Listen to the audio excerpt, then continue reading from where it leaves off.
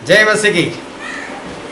हमारे जीवन में ऑप्शंस मतलब कि विकल्प, ऑप्शंस का होना, विकल्प का होना, और जब तक इंसान के जीवन में विकल्प है, ऑप्शंस है, तब तक उसका परमेश्वर के ऊपर जो विश्वास होना चाहिए, जो 100% विश्वास होना चाहिए, वो विश्वास नहीं होता। जब तक ऑप्शंस मतलब विकल्प खत्म नहीं हो जाते, तब तक इंसान जो है वो इंसान विश्वास नहीं कर पाता। लेकिन जब ऑप्शंस मतलब विकल्प खत्म हो जाते, तब विश्वास के सिवा उसके पास दूसरा कोई चारा नहीं रहता। जैसे हम बाइबल से देखते हैं उत्पत्ति के पुस्तक में, और उत्पत्ति का पुस्तक उसका 12वां अध्याय, और मैं पढ़ता हूँ आपके लिए उसका पहला पद, उत्पत्ति 12:1। यहोवा ने अब्राम से कहा, अपने देश और अपनी जन्मभूमि और अपने पिता के घर को छोड़कर उस देश में चले जाओ जो मैं तुझे दिखाऊंगा। परमेश्वर ने अब्राहम को ऐसा कहा कि अब्राहम, यहाँ से निकल और जो देश मैं तुझे दिखाता हूँ उस देश में तू चला जा। फिर आगे मैं पढ़ता हूँ उसका 5वां पद। सो अब्राहम अपनी पत्नी सारा और अपने भतीजे लूत को और जो धन उन्होंने इकट्ठा किया था और जो प्राणी उन्होंने हारान में प्राप्त किए थे सबको लेकर कनान देश में जाने को निकल चला, और वे कनान देश में आ भी गए। इसका मतलब परमेश्वर ने ऐसा बोला होगा कि अब्राहम कनान देश में चला जा, अपना देश छोड़ और कनान देश में चला जा। और अब्राहम जो है वो कनान देश में जाने के लिए निकले और कनान देश में पहुंच भी गए। अभी बहुत ध्यान से वचन को समझते रहना। फिर उत्पत्ति 12 और उसका 2वां पद, उसमें लिखा है, और उस देश में अकाल पड़ा। मतलब कि कनान देश में अकाल पड़ा।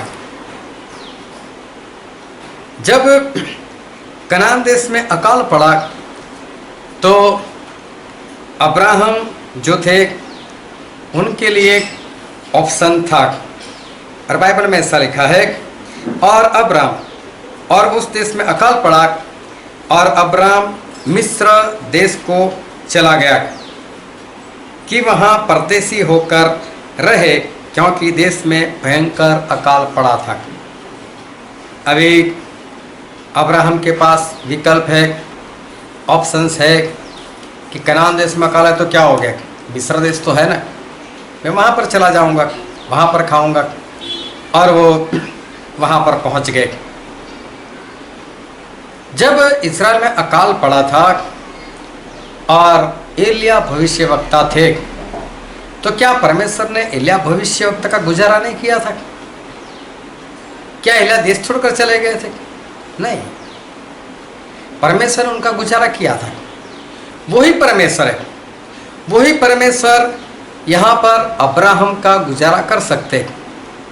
लेकिन अब्राहम के पास विकल्प था, ऑप्शंस थे, और इसलिए वो वहाँ से निकले और वो चले गए मिस्र देश में, क्योंकि ऑप्शन था। फिर उत्पत्ति में ये पढ़ते उसका 12वां ही अध्याय और उसका 2वां पद। अगर उस वक्त अब्राहम के पास विकल्प नहीं होता, मिस्र देश में भी अकाल होता, तो अब्राहम क्या करते? फिर तो परमेश्वर को बोलते, परमेश्वर मैं क्या करूं? लेकिन ऑप्शन था, इसलिए परमेश्वर को पूछा नहीं, परमेश्वर को कुछ बोला नहीं और चले गए। लेकिन अब मैं उसका 2वां पद पढ़ता हूँ। वहाँ पर लिखा है, परमेश्वर ने अब्राहम से ऐसा कहा, और मैं तुझसे एक बड़ी जाति बनाऊंगा और तुझे आशीष दूंगा और तेरा नाम बड़ा करूंगा और तू आशीष का मूल होगा। परमेश्वर ने बताया कि अब्राहम तेरे जरिए मैं एक बड़ी कौम बनाऊंगा, मैं तेरे जरिए एक बड़ी प्रजा जो है, एक बड़ी प्रजा जो है वो मैं पैदा करूंगा। पर अब्राहम के पास ऑप्शंस है।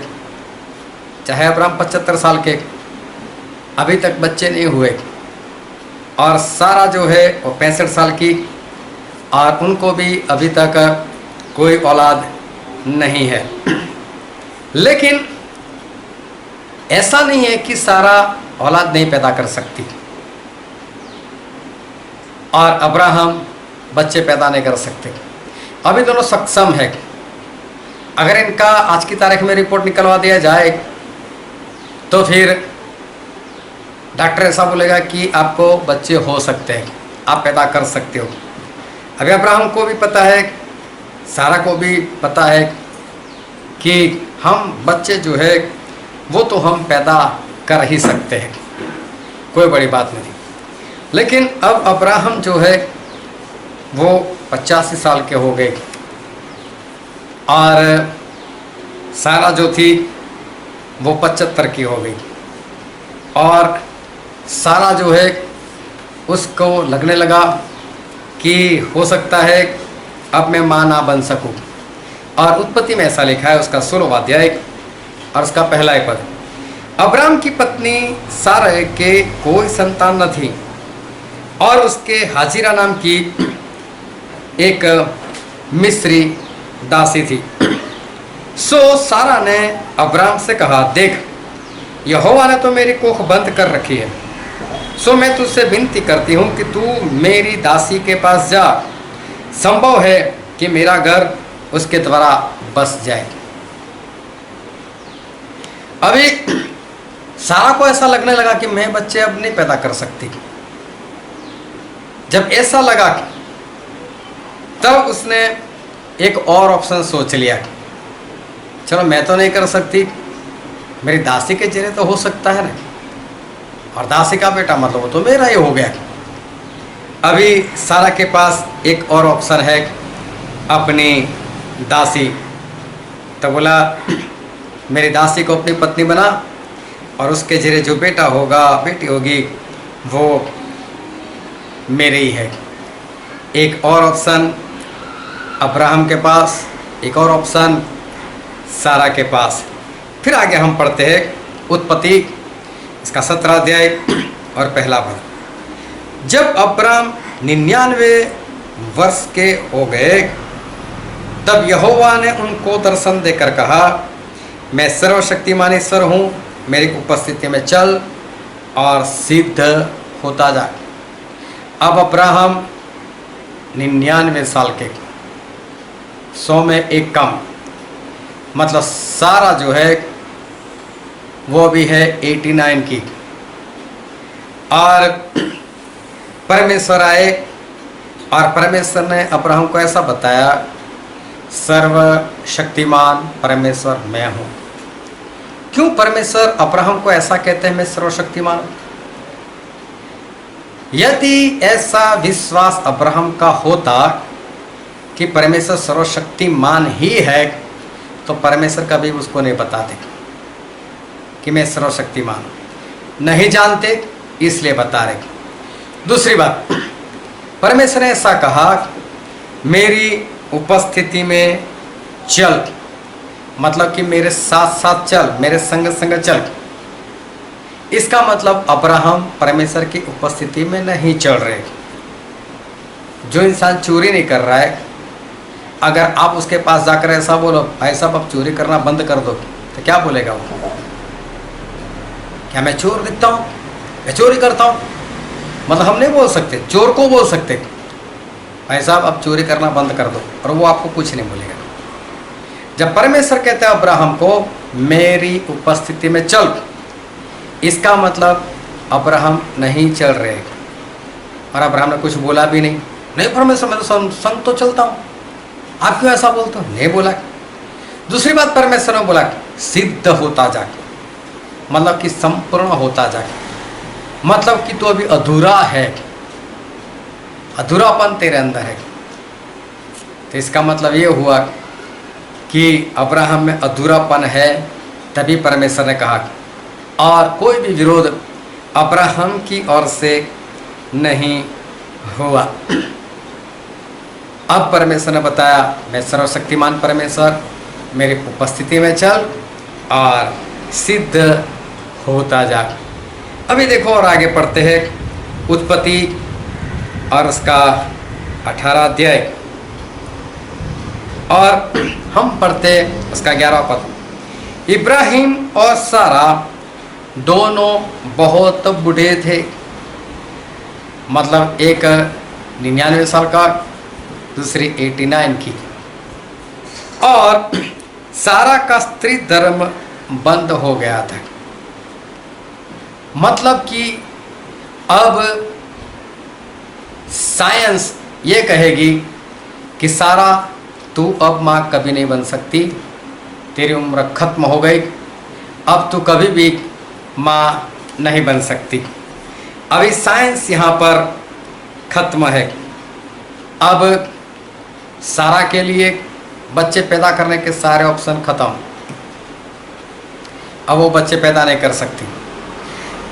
अब्राहम के लिए भी सारा के साथ रहकर बच्चे पैदा करना, सारे विकल्प खत्म, सारे ऑप्शन खत्म। अब अब्राहम सारा के जरिए कोई भी बच्चा पैदा नहीं कर सकते। अब अब्राहम देखना, उनका 100% विश्वास परमेश्वर के ऊपर आ गया। जब परमेश्वर ने उनको बुलाया तब उत्पत्ति 12 और 4 में लिखा है वो 75 साल के थे। अभी वो 99 साल के, मतलब 24 साल हो गए। लेकिन 24 साल में अब्राहम को ऐसा हो जाएगा, सारा माँ बन सकती है, मैं बाप बन सकता हूँ। लेकिन अभी साइंस ने भी बोल दिया बात खत्म, अब इनके पास कोई विकल्प नहीं। और तब सारा और अब्राहम 100% परमेश्वर के ऊपर विश्वास करने लगे। क्यों? ऑप्शंस खत्म। जब तक इंसान के पास ऑप्शन है, विकल्प है, तब तक जिस तरह से परमेश्वर के पास जाना चाहिए नहीं जाता। तब तो अकाल कोई बात नहीं, मिस्र में चलते। अरे परमेश्वर से पूछो, विकल्प क्यों ढूंढते हो, ऑप्शन क्यों ढूंढते हो, ऑप्शन का इस्तेमाल क्यों करते हो। लेकिन जब तक इंसान के जीवन में ऑप्शंस है, वो परमेश्वर के पास 100% कभी नहीं जाता। वो पहले सारे ऑप्शंस का इस्तेमाल करेगा। अब सारा और अब्राहम के पास परमेश्वर के ऊपर विश्वास करने के सिवा, उनकी उपस्थिति में चलने के सिवा, सिद्ध होने के सिवा कोई ऑप्शंस नहीं बचा।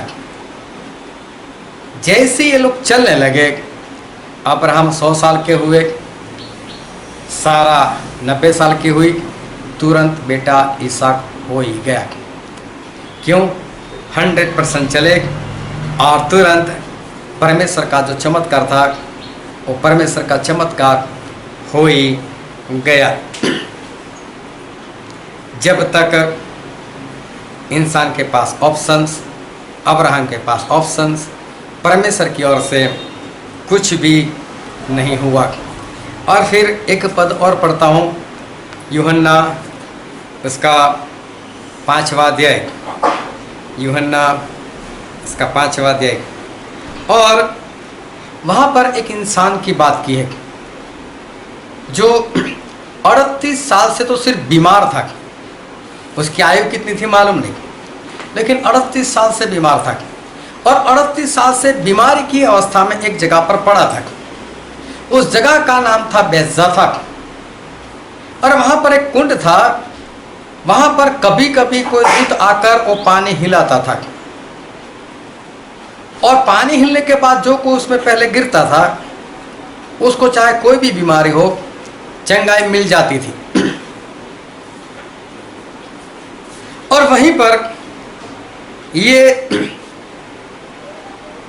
जो 38 साल से बीमार था वो भी वहाँ पर पड़ा था। जब प्रभु उसको पता चला कि 38 साल से ये ऐसा ही है, तो वो वहाँ पर गए उसके पास। और वहाँ पर ऐसा लिखा है, हम पढ़ते हैं यूहन्ना इसका 5वां अध्याय और उसका 7वां पद, यहाँ पर ऐसा लिखा है, प्रभु उसने उसको पूछा कि क्या तू चंगा होना चाहता है? और उस बीमार ने प्रभु से को उत्तर दिया कि हे प्रभु, मेरे पास कोई मनुष्य नहीं कि जब पानी हिलाया जाए तो मुझे कुंड में उतारे। इसके एक एक शब्द ध्यान में रखना। परंतु मेरे पहुंचते पहुंचते दूसरा मुझसे पहले उतर पड़ता है। ये इंसान बोल रहा है कि उस पानी के अंदर उतारने के लिए जब पानी हिलता है तब मेरे पास कोई है नहीं जो मुझे कुंड में उतार दे। मतलब मेरे अंदर इतनी ताकत नहीं मैं उठकर जाऊं, मेरे पास कोई है नहीं जो उठाकर मुझे डाले। मतलब पहले होंगे, लेकिन उनके जरिए भी इस भाई साहब का नंबर कभी भी लगाने को दूसरा एक कूद पड़ता होगा। इसके साथ वाले भी उठाकर डालने जाते होंगे, उससे पहले कोई आ जाता होगा। सभी लोग कंटाल कर चले गए, बोले नंबर ही नहीं लग रहा है। और ऐसे ही 38 साल हो गए। ये जब खुद प्रयत्न करने के लिए जाता है इससे तो कुछ होता ही नहीं, लेकिन कुछ प्रयत्न भी करने जाता है उससे पहले तो दूसरा गिर जाता है। अब 38 साल के बाद इसको भी पता चल गया मेरे पास कोई ऑप्शंस नहीं है, अब मुझे कहीं से भी चंगाई नहीं मिल सकती। बात खत्म हो गई। और तब प्रभु यीशु वहाँ पर आए, और प्रभु यीशु वहाँ पर आए और उसको बोला कि अपनी खाट उठाकर चल। उसने देखा भी एक ही मौका है, उसने उठने का प्रयत्न किया और उसको तुरंत चंगाई मिल गई। कब? जब उसके पास सारे ऑप्शंस खत्म हो गए। जब तक इंसान के पास ऑप्शंस होता है वो सही से परमेश्वर के पास जा नहीं पाता, नहीं जा पाता। जब तक इंसान के पास ऑप्शन है वो परमेश्वर के पास नहीं जा सकता। कई लोग तो ऑप्शंस के लिए प्रार्थना करते हैं। जैसे बीमार इंसान प्रार्थना करता है, परमेश्वर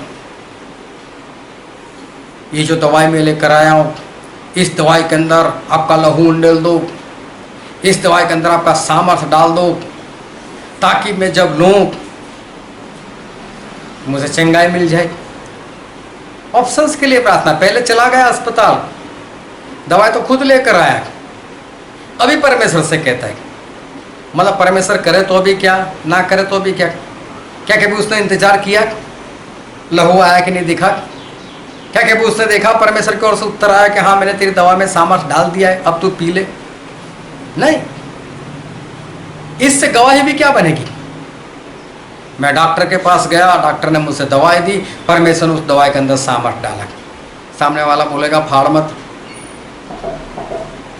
तेरे परमेश्वर में ताकत होती तो ऐसे ही ना कर देता। कोई गवाही नहीं बनती ऐसे।